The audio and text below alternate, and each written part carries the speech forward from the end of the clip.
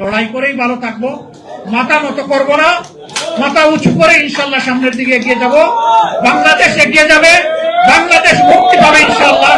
তখনকার ফ্যাসিস্টরা যা করেছে হুবহু তার একটা ফটোকপি আপনাদের মধ্যে আমরা দেখতে পাচ্ছি। বর্তমান সরকারি দলে যারা আছেন তারা 17.5 বছর আমাদের মতোই মজলুম ছিলেন। আমি তাদেরকে একবার অনুরোধ করব, জাতির উপরে যে জুলুমের পাহাড় নেমে এসেছিল, এই ক্ষেত্রটা কেন কিভাবে প্রস্তুত হয়েছিল তারা যেন একবার চিন্তা করেন।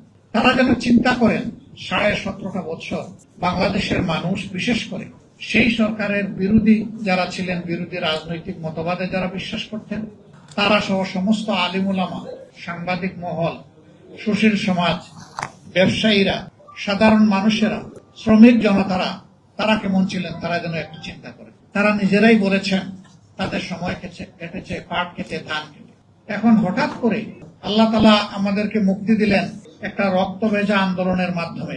তারপরে এই স্মৃতি তাড়াতাড়ি ভুলে গিয়ে যে হাসলটটা ফ্যাসিস্ট সরকারের ছিল সেইটা আপনারা আবার ধারণ করতে যাচ্ছেন কেন? আমরা তো নতুন কিছুই দেখতে পাচ্ছি না। তখনকার ফ্যাসিস্টরা যা করেছে হুবহু তার একটা ফটোকপি আপনাদের মধ্যে আমরা দেখতে পাচ্ছি। কোন জিনিসটা আপনারা বাদ দিয়েছেন? কোন জিনিসের পরিবর্তন করেছেন? ওরা যেমন বিরোধী মতকে দমন করার জন্য ষড়যন্ত্র, অপপ্রচার এবং বল প্রয়োগের আশ্রয় নিয়েছিল, আপনারা সবগুলা ইতিমধ্যে নিয়ে ফেলেছেন। সংসদে আপনারা দেখেছেন, আমরা পরিষ্কার বলেছি নির্বাচন তো একটা হয় নাই, দুটো হয়েছে। শপথ 2টা নেওয়ার কথা ছিল, আমরা নিলাম, আপনারা নিলেন না কেন? সেই আপনারাই তো আমাদের মতো বলেছিলেন গণমুঠে হা বলুন, তো জনগণ তো হা বলেছে। 70 ভাগ মানুষ হা বলার পরে জনগণের এই অভিপ্রায়কে আপনারা অপমান করছেন, অগ্রাহ্য করছেন কেন? 71-এর যুদ্ধ কেন হয়েছিল? বেসিক 2টা কারণ ছিল।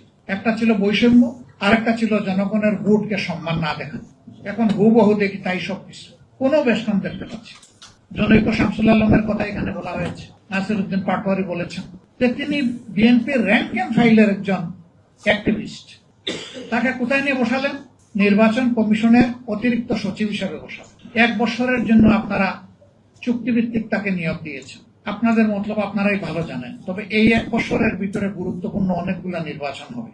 যেই লোক তার দলের জন্য জান প্রাণ দিয়ে কাজ করেছে সেই লোককে একটা নিরপেক্ষ জায়গায় আপনারা পাঠিয়ে দিন। অথচ শেখ হাসিনার হাতে 14 সালের নির্বাচন, 18 সালের নির্বাচন, 24 সালের নির্বাচন, নির্বাচনের জেনোসাইড হয়েছিল। 14 নির্বাচনে বলা হয় সেখানে অবুঝ নিরীহ প্রাণীরা গিয়েছিল, মানুষ ভোট দিতে চায়নি।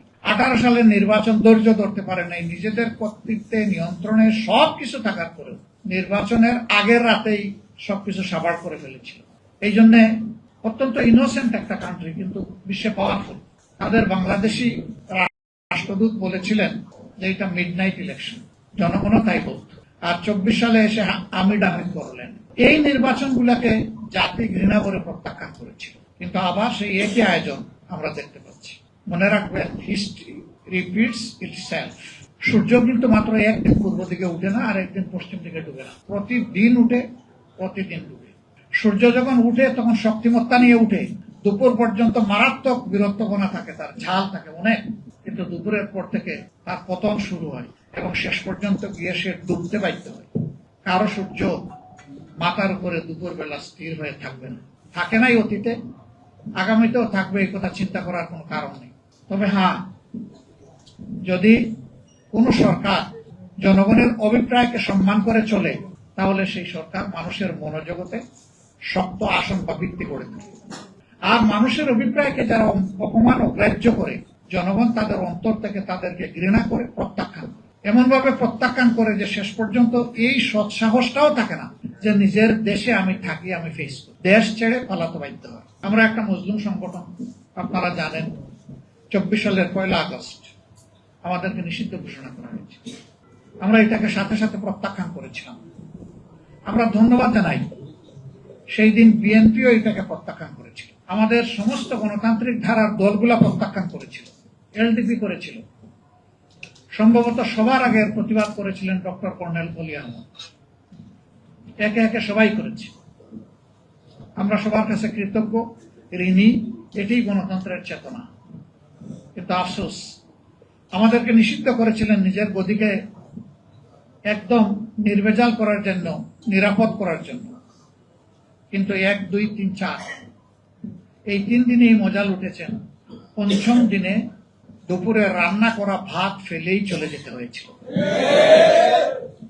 This is reality. এখানে আমাদের কোনো হাত নাই, সমস্ত হাত আল্লাহ তাআলার কুদরতের হাত, মহা শক্তিশালী আল্লাহর হাত। এই আল্লাহর উপর যাদের বিশ্বাস আছে, কোরআনের ওই আয়াতের উপর যাদের বিশ্বাস আছে, তুক্তিল মুলকা মান তাশা ওয়া তানজিউল মুলকা মিম্মান তাশা, তারা যেন ভুলে না যায় যে সমস্ত শক্তি কর্তৃত্ব মানুষের হাতে নয়, আল্লাহ তাআলার হাতে। লড়াই করেই ভালো থাকবো, মাথা নত করবো না, মাথা উঁচু করে ইনশাল্লাহ সামনের দিকে এগিয়ে যাব। বাংলাদেশ এগিয়ে যাবে, বাংলাদেশ মুক্তি পাবে ইনশাল্লাহ। আল্লাহ হাফেজ। বাংলাদেশ জিন্দাবাদ, লেবার পার্টি জিন্দাবাদ।